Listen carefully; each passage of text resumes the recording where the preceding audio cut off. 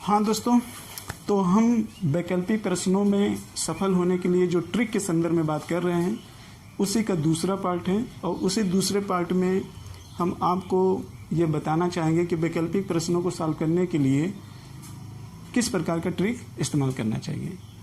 और ये मेरा जो है वो सिविल परीक्षाओं के अनुभवों पर आधारित है और उसी अनुभवों के आधार पर जो मैंने एक समझ विकसित की है वो आपके सामने ट्रिक के माध्यम से प्रस्तुत करना चाहता हूँ। हाँ, जैसा कि मैंने पहले ही बताया है कि ये तो मेरा सिविल परीक्षा को लेकर अपना अनुभव है। इसका अनुभव सिर्फ सिविल तैयारी करने वाले विद्यार्थियों को ही नहीं लाभ होगा, बल्कि इसका लाभ जो होगा वह अन्य प्रतियोगी विद्यार्थियों के लिए भी होगा। वह अन्य प्रतियोगी विद्यार्थी के लिए भी होगा, चाहे वह एसएससी ग्रुप का हो, चाहे वह नेट ग्रुप का हो, चाहे वह सिविल के ग्रुप के हो, चाहे वह सुपर टेट के ग्रुप के हों, किसी भी अन्य प्रतियोगी परीक्षाओं का अगर वो एग्जाम दे रहे हैं तो इससे वो प्रेरणा ले सकते हैं और ये प्रेरणा उनके लिए कारगर साबित होगी, ऐसा मेरा मानना है। देखिए, सिविल की परीक्षाओं से यहाँ जो मेरा मतलब है वो विशेष सर हम यहाँ पे पीसीएस की बात कर रहे हैं, यानी कि 2 घंटे में 150 प्रश्न आते हैं। इन 2 घंटे में 150 प्रश्नों को किस प्रकार से मैनेजमेंट किया जाए, इसके लिए समय का प्रबंधन कैसा होना चाहिए, इस पर चर्चा होगी। ठीक, दूसरा चर्चा ये है कि तुक्का कैसे मारा जाए। तुक्का कैसे मारा जाए, तुक्का मारने का मतलब ये है कि हम 150 प्रश्न में ऐसे बहुत ढेर सारे ऐसे प्रश्न होते हैं जिन प्रश्नों का जवाब हम आसानी से नहीं दे सकते हैं या कन्फ्यूजन की स्थिति में रहते हैं। ऐसे स्थिति में हम किस प्रकार से निर्णय लें कि जो मेरा तुक्का सही हो जाए। तो इसके लिए भी बताया जाएगा कि इसके लिए आपको कौन सा ट्रिक अपनाना होगा। लेकिन उसके पहले हम आपको ये बता देना चाहते हैं, खासतौर ये उन विद्यार्थियों को बहुत ज़्यादा लाभ होगा जो विद्यार्थी इससे 1 या 2 साल या 3 साल तक इसमें जुड़े हुए हैं। ऐसे विद्यार्थियों के लाभ होने वाला है इस ट्रिक को जानने के बाद। देखिए, 2 घंटे के अंदर 150 प्रश्नों को सॉल्व करना है। 2 घंटे के अंदर 150 प्रश्नों को सॉल्व करना है, ठीक है। देखिए, 2 घंटे में 150 प्रश्न, जरा सोचिए, 2 घंटे में 150 प्रश्न सॉल्व करना है, यानी कि 120 मिनट में आपको 150 प्रश्न सॉल्व करना है। यानी कि आपके लिए 2 घंटे में एक सेकंड बहुत मायने रखती है। एक सेकंड माने लगती है। अब इस सेकंड का एक सेकंड का 2 घंटे में किस तरीके से हम मैनेजमेंट करें, किस तरीके से इसको प्रबंधित करें, इस चीज़ को आकर हम समझते हैं। आइए समझते हैं। यहाँ पे देखिए लिखा गया है समय का प्रबंधन। समय का प्रबंधन का मतलब ये है कि आपके सामने सबसे बड़ी चुनौती क्या है कि 120 मिनट के अंदर 150 प्रश्नों को कैसे हल किया जाए। इसके लिए आपको 120 मिनट को 150 प्रश्नों को हल करने के लिए मुख्य रूप से 3 चुनौतियों का सामना करना पड़ता है। वो 3 चुनौतियां क्या क्या हैं वो देखते हैं। पहला ये कि प्रश्न को हल करना है, लगभग 100 मिनट में 150 प्रश्न को हल करना है। 100 मिनट में 150 प्रश्न को हल करना है। तो आप सोचते होंगे कि 20 मिनट कहाँ जाएगा। तो देखिए भाई, 15 से 20 मिनट का समय जो लगता है वो 150 प्रश्न के गोले भरने में समय लग जाता है। 150 गोले भरने में ये समय लग जाता है। तो इसका मतलब कि अब आपको 120 मिनट नहीं बल्कि 100 मिनट के अंदर 150 प्रश्न को हल करना है। अब इसको हम गणना कर लेते हैं सेकंड में। जब आप इसकी गणना करोगे तो इसका मतलब ये है कि आपको एग्जाम हॉल में, जो कि बहुत प्रेशर का माहौल रहता है, ऐसे माहौल में आपको 1 सेकंड की बचत करनी पड़ेगी। तो इसका मतलब ये है कि लगभग एक प्रश्न को सॉल्व करने में आपको लगभग 40 सेकंड का समय लगेगा। कितने समय? 40 सेकंड का समय लगेगा एक प्रश्न को सॉल्व करने के लिए। अब सवाल ये होता है, अब आप ये नहीं कह सकते हो कि मैं ये नहीं कहता हूं कि ये अंडरस्टूड है कि 40 सेकंड का ही समय लगेगा। ये डिपेंड करता है कि प्रश्न का नेचर कैसा है। प्रश्न बहुत ज़्यादा सरल है तो हो सकता है कि उसमें 20 ही सेकंड लगे। प्रश्न बहुत ज़्यादा टफ हो सकता है तो उसमें हो सकता है कि 1 मिनट से 1.5 मिनट तक से भी समय लग जाए। लेकिन ओवरऑल हम पूरा एक निष्कर्ष निकाल लेते हैं कि एक प्रश्न में लगभग 40 सेकंड का समय लगेगा। कितना लगेगा? 40 सेकंड का समय लगेगा। तो अब इस 40 सेकंड में एक प्रश्न को हल करने के लिए उसको कितने भागों में डिवाइड किया जाए, तो उसको डिवाइड करने के लिए यानी एक प्रश्न को सॉल्व करने के लिए आपको निम्नलिखित बातों पर ध्यान देना होगा। यहाँ पर भी आपको अपने समय का प्रबंधन करना होगा, तभी आप सफल हो सकते हैं। नहीं तो परीक्षा में तो बैठने वाले लाखों लोग होते हैं लेकिन सफल होने वालों की संख्या बहुत कम ही होती है। क्यों होती है? क्योंकि वो कहीं ना कहीं 2 घंटे में अपने टाइम मैनेजमेंट को बहुत बेहतरीन तरीके से रखते हैं, और जो बेहतरीन तरीके से रखते हैं वो 2, 4, 10 गलतियां से बच जाते हैं। और जो टाइम मैनेजमेंट नहीं रख पाते हैं, जो सही तरीके से संतुलन नहीं कर पाते हैं एग्जाम हॉल में, उनके ऊपर इतना दबाव होता है कि वो 2, 4, 10 प्रश्न गलत कर देते हैं, जिससे उनका सिलेक्शन रुक जाता है। और जो ये चीजें ध्यान में रखते हैं उनका सिलेक्शन हो जाता है। ये बहुत मायने रखता है, ये बहुत मायने रखता है। जब आप एग्जाम हॉल में बैठते होंगे तो इस चीज की अनुभूति करते होंगे। अगर नहीं किए होंगे, जब बैठेंगे तो आप करेंगे। तो आइए देखते हैं एक प्रश्न को सॉल्व करने में आपका कितना समय किस बिंदु पर कितना जाता है, उस चीज को ध्यान में रखते हैं। देखिए, पहली चीज आपको पहला प्रश्न को पढ़ने में, आप मान लीजिए कि प्रश्न को पढ़ने में कम से कम 8 सेकंड ले लो। कितना ले लो? 8 सेकंड ले लो। और विकल्प, जो प्रश्न के विकल्प दिए रहते हैं 4 ABCD करके जो विकल्प दिए रहते हैं, बिहार वाले पीसीएस में तो ए विकल्प दिया रहता है, और ए विकल्प में भी 2 खंड होते हैं, यानी कि उसमें 6 विकल्प रहते हैं। वहां चुनौतियां तो और भयंकर रहती है। लेकिन यहाँ पे देखते हैं, आप मान लेते हैं कि एक प्रश्न में 40 सेकंड का समय लगता है, और आपको एक प्रश्न को सॉल्व करने पर निम्न बिंदुओं पर ध्यान देना। और निम्न बिंदु क्या है? एक प्रश्न पढ़ने में आपको लगभग 8 सेकंड का समय लगेगा। दूसरा पॉइंट ये है कि जो विकल्प है, उस विकल्प यानी ABCD को उस पर समझने में कम से कम आपको 12 सेकंड लगेगा। उसको पढ़ने में आपको लगभग 12 सेकंड लगेगा। A, B, C और D को 12 सेकंड मान लेते हैं, उस चीज को पढ़ने में समय लगेगा। और पढ़ना और प्लस उस विकल्पों पर एक तरीके से समझ विकसित करना, पढ़ना और उस पर समझ विकसित करने के लिए लगभग 20 सेकंड का समय लगेगा। और जब आप प्रश्न को भी पढ़ लिए, विकल्प को भी पढ़ लिए और उस पर आपने समझ बना ली, तो निर्णय लेने में भी भाई कुछ समय लगता है। क्यों? क्योंकि जो प्रश्न दिया हुआ है वो लगभग जो प्रश्न है, आपको मैं यहाँ पर बता देना चाहता हूँ कि जो प्री एग्जाम है, अगर आप 23 वर्षों का प्रश्न सॉल्व करेंगे तो लगभग पूरे एग्जाम में 4000 वैकल्पिक प्रश्न आपको देखने को मिल जाएंगे। एक स्टेट में लगभग इतना मान के चलते हैं, कई वैकल्पिक प्रश्न मिलाकर इतना देखने। और मेरा ये मानना है कि लगभग अगर आपको इस 150 प्रश्नों का सामना करना है तो लगभग आप 15 से 20 हजार प्रश्नों पर आपको पकड़ बनानी होगी। तो आप सोचते होंगे ये तो बहुत बड़ा बोझ का काम है। नहीं, अगर आपके अंदर रुचि जगा दिया जाए, आपके अंदर अभ्यास करने की क्षमता डेवलपमेंट कर दी जाए, यानी कि मैंने यहाँ पे लिखा है तीसरा खंड सिलेबस तैयार करने के लिए, अगर आपको पढ़ने का ट्रिक वगैरह बता दिया जाए तो आपके अंदर रुचि हो जाएगी, तो इतना प्रश्न भी याद करना आसान ही हो जाएगा, जटिल काम नहीं है। ठीक है, तो आते हैं हम यहाँ पे मेन मुद्दे पे देखते हैं। तो इस तरीके से आपको एक प्रश्न में 40 सेकंड का मिलता है, जिसमें से प्रश्न पढ़ने में, विकल्प को पढ़ने में, उसमें समझ विकसित करने में और निर्णय लेने में कुल मिलाकर लगभग 40 सेकंड का समय लगता है। क्लियर?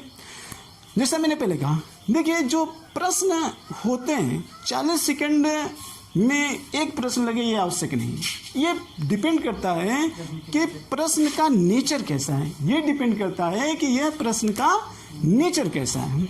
देखिए प्रश्न के नेचर को यदि आप समझ लेंगे तो आपको समय प्रबंधन करने में आसानी होगी। समय प्रबंधन करने में आपको क्या होगी? आसानी होगी। समय प्रबंधन करने में आसानी इसलिए होगी जब आप एग्जाम हॉल में जा रहे हो तो ये निश्चित रूप से मॉडल पेपर को अवश्य रूप से सॉल्व कर लेना, और खासकर वो मॉडल पेपर सॉल्व करो जो विगत परीक्षाओं में प्रश्न पूछे गए हैं, न कि मार्केट या किसी संस्था में जो क्वेश्चन तैयार किए करके दे दिए जाते हैं, भरमार दे दिए जाते हैं जो इस समय आ रहे हैं।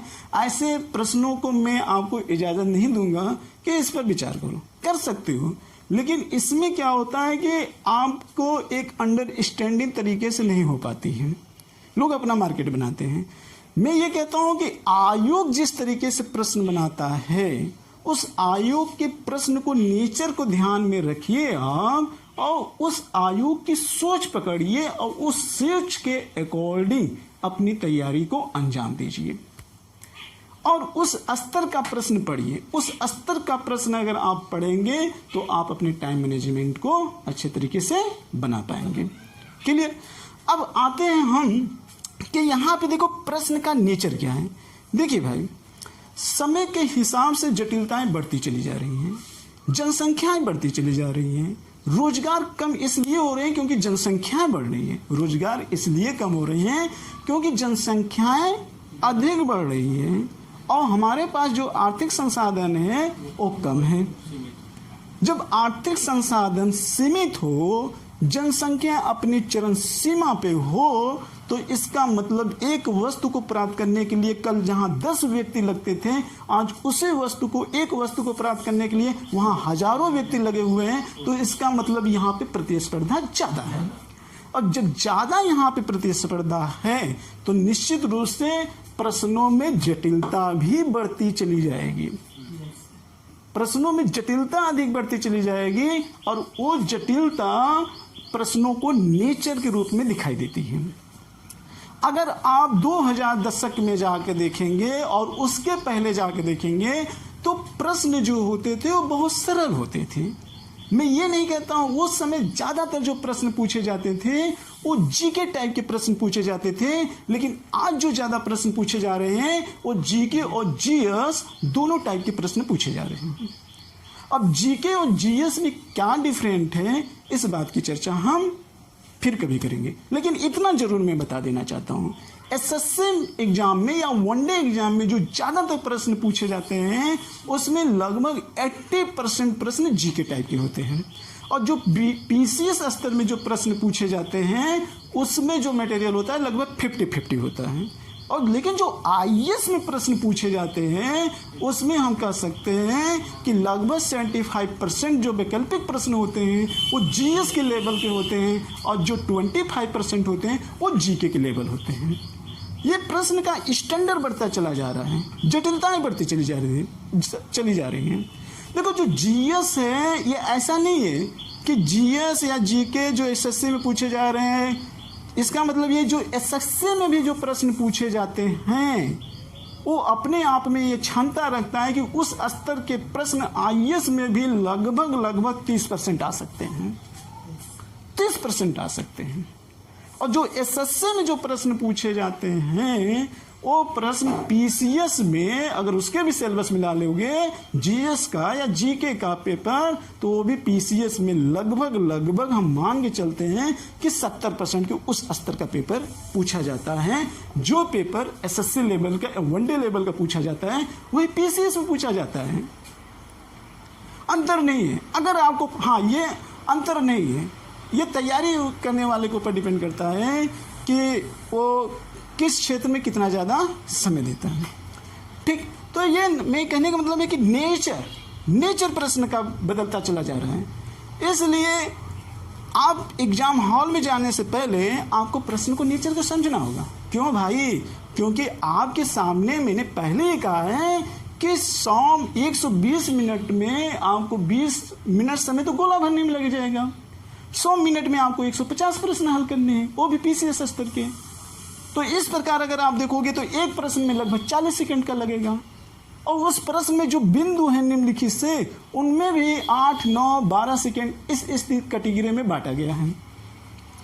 तो इसका मतलब ये है, आप अच्छे तरीके से इस बात को समझ रहे हैं कि वो 2 घंटा आपके लिए बहुत कीमती है।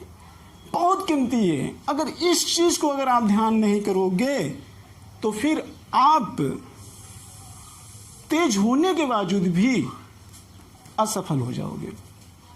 और वही व्यक्ति जो आपके ही बराबर इतना ज्ञान रखा हुआ है, उतना ही उसने भी कवर किया है, लेकिन उसने सिर्फ थोड़ी सी बातों को ध्यान रखा। और थोड़ी सी बातें क्या है कि ये 2 घंटे के अंदर 150 प्रश्नों में कैसे अंडरस्टैंडिंग बनाई जानी चाहिए। कहने का मतलब ये है कि कभी कभी बहुत बड़ा करने के बाद, कुछ छोटा न करने के बाद भी बड़ी चूक हो जाती है। इसलिए बड़ा करने के लिए उस छोटी चीज को भी ध्यान रखना चाहिए, जिससे कि बड़ी चूक नहीं होनी पाए। आइए देखते हैं प्रश्न का नेचर। देखिए, प्रश्न के नेचर में अगर हम बात करें तो प्रश्न के नेचर में जो चीजें होती हैं, उसमें जो प्रश्न का नेचर आता है उसमें कई टाइप के प्रश्न आते हैं। एक तो डायरेक्ट विकल्प जीके के रूप में आ जाता है, जिसमें आपको सिर्फ प्रश्न पूछकर उसमें ए बी सी और डी ये 4 ऑप्शन दे देते हैं। ए बी और सी डी ये 4 ऑप्शन दे देते हैं और इसमें से ये पूछता है कि इन चारों में से कौन सा विकल्प सही है। इसमें आपका समय नहीं लगेगा। डायरेक्ट पूछा और उसका विकल्प नीचे दे दिया। जैसे पूछ दिया कि हर एक वंश का संस्थापक कौन था, जैसे पूछ दिया कि विटामिन डी की कमी के कारण से कौन रोग होते हैं, और डायरेक्ट इस तरीके से उसका आंसर दे दिया। तो इसमें 40 सेकंड नहीं लगेंगे, इसमें बस आपको 10 सेकंड में निर्णय ले सकते हैं आप। लेकिन वहीं पे दूसरे टाइप का जो प्रश्न पूछा जाता है, वहीं पे जो दूसरे टाइप का प्रश्न पूछा जाता है, तो कुछ प्रश्न होते हैं भाई कथन और कारण टाइप के प्रश्न होते हैं। कथन और कारण टाइप के प्रश्न होते हैं। कथन और कारण के जो प्रश्न होते हैं, इसमें मंथन करना होता है। ये प्रश्न जीके नहीं है, ये जीके है। लेकिन कथन और कारण का जो प्रश्न है वो जीएस का है। देखिए, इसमें भी आप जान लीजिए, जैसे मान लेते हैं कथन ए और कारण बी, तो इसमें 4 विकल्प बना देते हैं। कथन दे दिया ए, ये प्रश्न के रूप में हो जाएगा कथन ए, और बी ये प्रश्न के रूप में हो जाएगा। और इसमें 4 विकल्प दे देते हैं, और ये चारों जो विकल्प होते हैं ए बी सी और डी इसमें देता है। तो इसमें ये पूछता है, बताइए कथन और कारण दोनों सही, यानी कि ए बी दोनों सही है। अगर दोनों सही है तो क्या इसकी व्याख्या करता है? पहला ए विकल्प। दूसरा विकल्प ये हो जाता है कि ए बी दोनों सही है लेकिन व्याख्या नहीं करता है। तीसरा जो विकल्प होता है, ए सही है और बी गलत है। और चौथा जो हो जाता है, बी गलत है, ए सही है। अब इस टाइप के प्रश्न जरा समझो। अगर आप एग्जाम हॉल में जा रहे हो और आप खूब बढ़िया से पढ़ाई किए हो, आपको आता भी हो, लेकिन अगर आपने बढ़िया से मॉडल पेपर को नहीं देखा है, इस प्रश्नों को नेचर को नहीं तरीके से समझा है, इसको मैं आगे बताऊंगा, तुक्का मारने की ट्रिक में बताऊंगा, मैं इसको डिटेल से बताऊंगा। लेकिन जरा यहां पहले प्रश्न के नेचर को तो समझ लें। अगर आप एग्जाम हॉल में इस तरीके के प्रश्न के नेचर को समझ के जा रहे हो, ये प्रश्न के नेचर आपके दिमाग में पहले से सेटिंग है, तो आपको इस प्रश्न को समझने में समय नहीं लगेगा। इसका मतलब ये है कि जो यहां पर आपका समय लग रहा है, ये समय आप कहीं ना कहीं बचत कर लोगे, और ये बचत किया गया जो समय होगा, ये जटिल प्रश्नों में लगा सकते हो। एक चीज। दूसरा चीज, आप अगर यहां प्रश्नों में समय बचा लोगे तो आपको तुक्का मारने के लिए समय मिल जाएगा। और ये बहुत जरूरी है कि तुक्का मारने का जो मैं आगे ट्रिक बताऊंगा, उसमें आपको इस 2 घंटे में समय की कंजूसी कर यहां पे तुक्का मारना होगा, जिससे आपके लगभग 10 से 12 प्रश्न एक्स्ट्रा आपको मिल सके। इसकी मैं 100% गारंटी नहीं ले रहा हूं, लेकिन हाँ, मैं इस चीज को बताऊंगा और इसको प्रमाणित करने का प्रयास भी करूंगा। और निर्णय लेना और न लेना ये आपके ऊपर निर्भर होगा, लेकिन ये मेरा आपके ऊपर प्रेशर नहीं होगा। ठीक, आते हैं। तो एक प्रश्न तो ये हो गया जीके टाइप। तीसरे स्तर का प्रश्न कैसा होता है? तीसरे स्तर का प्रश्न बड़ा भयानक होता है। तीसरे स्तर का प्रश्न ये होता है कि आपसे प्रश्न पूछ देगा, और प्रश्न में पूछ देगा, आपके प्रश्न में पहले क्या देगा, कथन के रूप में देगा भाई, कथन रूप में 1 2 3 4। अब फिर नीचे विकल्प दे देगा A B C और D दे देगा। अब यहां से आपसे प्रश्न पूछेगा कि केवल 3 सही है कि 1 2 3 सही है कि उपरोक्त में सभी सही है कि इनमें से कोई नहीं सही है। बड़ा अजीब प्रश्न है। अब इस प्रश्न का भी नेचर आपको अच्छे तरीके से जानना होगा। अब इस प्रश्न में भी कई टाइप के प्रश्न बनते हैं, कई टाइप के प्रश्न बन जाते हैं। इसमें भी आप चालाकी से आप तुक्का मार सकते हो, ये भी मैं बताऊंगा। दूसरा प्रश्न ये तो हो गया, तीसरे टाइप का प्रश्न हो गया। जो चौथे टाइप का प्रश्न पूछता है आपके एग्जाम में, वो होता है सुमेलित करना। सुमेलित करने का मतलब ये हो गया कि आपसे प्रश्न दे देगा और यहाँ पे दे देगा A B C D, और यहाँ पे कैपिटल अक्षर में A B C और D दे देगा, और इसके नीचे 4 विकल्प इस तरीके से लिख देगा, और फिर आपसे पूछेगा कि इनमें से कौन सा विकल्प सही है। अब प्रश्न पूछ दिया, इस तरीके से दे दिया, तो अगर आप पहले से अभ्यास नहीं किए होंगे तो एग्जाम हॉल में जाने पर आपका इसमें भी समय लगेगा। आप इस समय सोच रहे होंगे, कुछ सोच रहे होंगे। हालांकि मैंने पहले ही कहा है कि ज़्यादातर ये उन विद्यार्थियों के लिए है जो इसकी एग्ज़ाम देने जा रहे हैं या लगभग जो 2-3 साल इस एग्ज़ाम में बैठ चुके हैं। लेकिन एक बात ये भी है कि आप ये मत समझिएगा कि ये पुराने के लिए नहीं है, उनके भी लिए। कारण ये है कि आप भले ही किसी चीज़ को क्यों न जानते हो, समझी हुई चीज़ को मेमोराइज करने के लिए ज़रूरी है कि जिस चीज़ में आप कभी ने 10 घंटे समय दिया था तो आज उसको उस जंग में जा रहे हो तो उसका भी अभ्यास करने के लिए आपको 10 मिनट समय देना ही होगा। 10 मिनट आपको देना होगा, यानी कि आपको रिवाइज करने के लिए भी इस चीज़ के लिए जाना होगा। तो इस टाइप के सुमेलित प्रश्न होंगे। सुमेलित में भी 2 टाइप के सुमेलित टाइप के प्रश्न होते हैं। तो जरा ध्यान देखिए, एक नॉर्मल जी के टाइप का प्रश्न पूछता है, दूसरा कथन एवं कारण के आधार पर प्रश्न पूछता है, चौथा जो होता है कथन के रूप में क्वेश्चन पूछता है, और पांचवा जो होता है वो सुमेलित करने में प्रश्न पूछता है। और कुछ प्रश्न तो इस तरीके से भी दे देते हैं, ना कथन देते हैं ना कारण देते हैं। उसमें यहाँ पे तो मान लीजिए एक शब्द में आपको जवाब देना है कि विटामिन डी से कमी के कारण कौन रोग हो सकता है। यहाँ पर देगा कि विटामिन डी की कमी के कारण स्क्रिवे रोग होता है और विटामिन सी की कमी के कारण रिकेटस रोग होता है। तो आप बताइए इनमें से कौन गलत है कौन सही है। अब इसमें आपको कथन नहीं देगा, इसी में ए और बी और सी और डी दे देगा और इसी में से करना होगा। कहने का मतलब यहाँ पे ये है कि इस टाइप की जो प्रश्न के नेचर है क्यों बनाए जा रहे हैं, क्यों बनाए जा रहे हैं।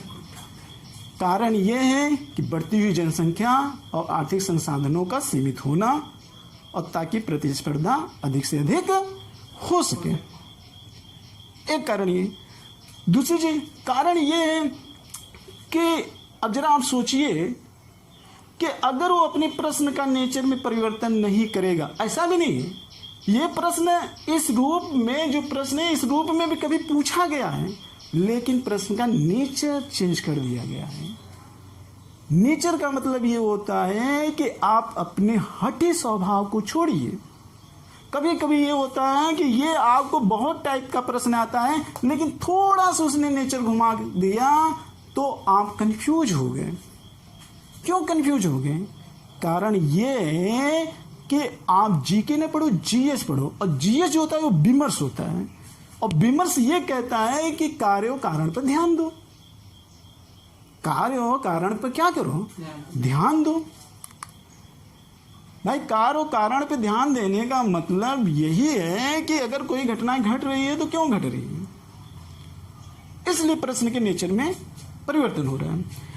अब प्रश्न रिवाइज नहीं होता है। अगर इस टाइप के प्रश्न दे तो आप फिर मॉडल पेपर पूरा सॉल्व करके प्रश्न को सॉल्व करते हुए 150 में 150 पा जाओगे। फिर आयोग से तेज तो आप ही होगे और हमेशा झंडा फहराते रहोगे। लेकिन आयोग ये कभी नहीं चाहेगा। मैं तो ये कहता हूं कि 150 प्रश्न में 10 प्रश्न ऐसे होते हैं। आप सोच रहे हैं मैं क्यों शांत हो गया?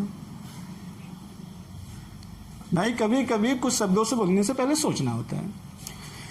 10 प्रश्न ऐसे होते हैं, फिर भी मैं बोलूंगा, 10 प्रश्न ऐसे होते हैं कि जो आयोग के मेंबर्स जो पेपर सेटिंग करते हैं, अगर उन्हीं से 10 दिन बाद वही प्रश्न पूछा जाए तो वो नहीं बता पाते हैं। इसका मतलब समझ गए होंगे कहीं ना कहीं प्रेम की कमी होगी, यानी कि अपनी सम्मान बचाने के लिए। इस पर एनालिसिस करिएगा। तो ये चीज हम आपको बताने का प्रयास कर रहे हैं। तो ये मत मांगे कभी सोचिएगा कि हम 150 प्रश्न में 150 ही प्रश्न हल कर डालें और एक एक किताब की एक एक लाइन पूरी तरीके से पढ़ डालें। आयोग क्या है? हम आयोग के से भी ऊपर हैं। अहंकार, और जहां अहंकार वहां पतन।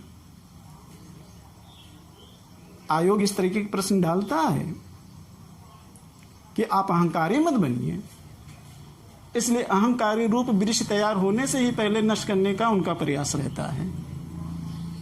क्यों? ताकि उस तरीके के बहुत ज्यादा पौधे न तैयार हो पाए। नहीं तो फिर देश में राष्ट्रीय एकता एवं अखंडता कैसे स्थापित होगी? वहां बैठने वाले बहुत बुद्धिजीवी वर्ग हैं जो अपने आप को नीचा गिरा कर देश को ऊंचा उठाने की ताकत रखते हैं। थोड़ा विचार करिएगा। अब हम आते हैं जिसके लिए आप बेताब हो रहे होगे कभी से। सर क्या बकवास करते जा रहे हैं, क्या बकवास करते हैं? अरे जो मेन टॉपिक है वो बताइए। तुक्का, यही बेचैनी है आपके अंदर। जल्दबाजी, हर जगह जल्दबाजी। ये जल्दबाजी आपके व्यक्तित्व में कभी निखार नहीं आ पाएगी। इसके कारण कभी निखार नहीं लाने देगी। जल्दबाजी आपके व्यक्तित्व में कभी निखार नहीं लेकर आएगी। और जो निखार देने का प्रयास करेगा आपके जल्दबाजी में, वो भी अपना निखार खो देगा। इसलिए जल्दबाजी इंसान के साथ है, संबंध बनाने से पहले अपनी निखार की चिंता जरूर करिएगा। बड़ी काम की चीज है, सोचिएगा। नहीं सोचेंगे, हमसे जुड़े रहेंगे तो फिर अपने आप सोच लेंगे। अच्छी लगी तो कमेंट करना, बुरा लगा तब भी कमेंट करना, लेकिन कमेंट जो करना वो लॉजिकल करना। आप मुझे अच्छा लगेगा। आइए तुक्का मारने। देखिए तुक्का मारने का जो अगला है, दूसरा स्टेप है, तीसरा स्टेप है सिलेबस तैयार करने की विधि। तुक्का कैसे मारा जाए? तुक्का मारने की ट्रिक क्या है? अरे सर बताइए, जल्दी से बेचैनी हो रही है। हाँ भाई बता रहा हूँ, कुछ बता दे रहा हूँ। अगला स्टेप डिटेल से इसके बारे में इसके थर्ड पार्ट में आएगा। लेकिन हाँ, तुक्का मारने की कुछ चीजें यहाँ पे आप थोड़ा सा समझो। जैसे कि देखो, जब आप मॉडल पेपर सॉल्व करोगे तो लगभग हम मानते हैं कि 150 प्रश्न आते हैं पीसीएस में। अब यही से प्रेरणा भाई आईएएस वाले भी ले लेना, जो आरओ के एग्जाम देने जा रहे हैं वो भी ले लेना, जो खंड विकास अधिकारी का पेपर दे रहे हैं वो भी ले लेना, जो अन्य एग्जाम देने जा रहे हैं वो भी ले लेना। प्रेरणा लेना भाई, लेकिन लेने के लिए कला होनी चाहिए। थोड़ा सा आपको भी परिश्रम करना होगा, लेकिन हाँ इससे लाभ होगा। प्रयोग आप कैसे करते हो वो आप थोड़ा अपना दिमाग चलाएंगे, मिल जाएगा। आइडिया मैं दे देता हूँ, अभ्यास आपको करना पड़ेगा। देखते हैं 150 प्रश्न, 150 प्रश्न में कितने विकल्प होते हैं? ए, बी, सी और डी, 4 ही होते हैं। आप कहेंगे सर बिहार वाला अगर आ जाए तो? अरे भाई बिहार वाला है चाहे जो इतने भी विकल्प आए, लेकिन थॉट ही यही लगेगा। थॉट कभी बदलता नहीं है, सिद्धांत कभी बदलता नहीं है। ठीक है, सिद्धांत बदलता है तो परिस्थितियों के हिसाब से ही बदलता है, तो परिस्थितियां बदलेंगी तो सिद्धांत भी बदलेगा, तो उसमें नयापन अपने आप आ जाएगा, वो एक अलग मुद्दा है। देखो 4 विकल्प हैं ए, बी, सी और डी। जब आप 150 प्रश्नों का मॉडल पेपर सॉल्व करोगे पीसीएस का, तो आप देखना उसमें कि ए, बी, सी, डी का जो विकल्प का स्तर होता है, इनमें से कोई केवल एक विकल्प मुझे आज तक एग्जाम में दिखा देना कि 150 विकल्प में केवल डी ही 50 प्रश्न दिया है। डी यानी कि उस प्रश्न का जो विकल्प उत्तर सही दिया है डी 50 दिया हो, मेरे ख्याल से नहीं। एक आध बार कभी अगर आया होगा तो मेरे ख्याल से 45 तक गया होगा, लेकिन अपवाद की मैं बात नहीं करता हूं। हम बात वो करना चाहते हैं जो सामान्य रूप से लागू होता है। सामान्य स्थिति यही कहती है कि 30 से 38 के बीच में आपको ज्यादा से ज्यादा, चाहे ए विकल्प 35 सही हो जाए, चाहे ए विकल्प 30 सही हो जाए, चाहे डी विकल्प 38 सही हो जाए, चाहे सी विकल्प 30 सही हो जाए, यह एक अपना सामान्य एवरेज है। लेकिन औसत की बात करेंगे तो 38 है भाई। अगर आप 150 प्रश्न देंगे तो यानी कि अगर बराबर बराबर करेंगे तो 38 टाइप के मिलाएंगे तो लगभग 150 के करीब हो जाएगा, 37 पॉइंट समथिंग 150 हो जाएगा। तो हम मान के चलते हैं कि किसी विकल्प में हो सकता है किसी जो प्रश्न बनाया गया है उसमें 30 प्रश्न का जो उत्तर है वो केवल ए है, जो प्रश्न बनाया गया है उसमें से 33 प्रश्न का जो उत्तर है वो बी है, जो सी प्रश्न हो सकता है बनाया गया हो उसका विकल्प हो सकता है कि 45 दे दिया हो, सी दे दिया गया। लेकिन जो रेशियो होगा वो इसी के आसपास लगभग होगा जब आप ये मॉडल पेपर सॉल्व करोगे। ये अपने आप में बहुत बड़ी बात है। अब आप सोचोगे इससे मुझे क्या लाभ है भाई, लाभ है। अगर आप ये सॉल्व इतना कर रहे हो तो जो प्रारंभ में बच्चे जो तैयारी करने वाले हैं उनके लिए तो बेहतर तरीका इसलिए कि आगे बताऊंगा।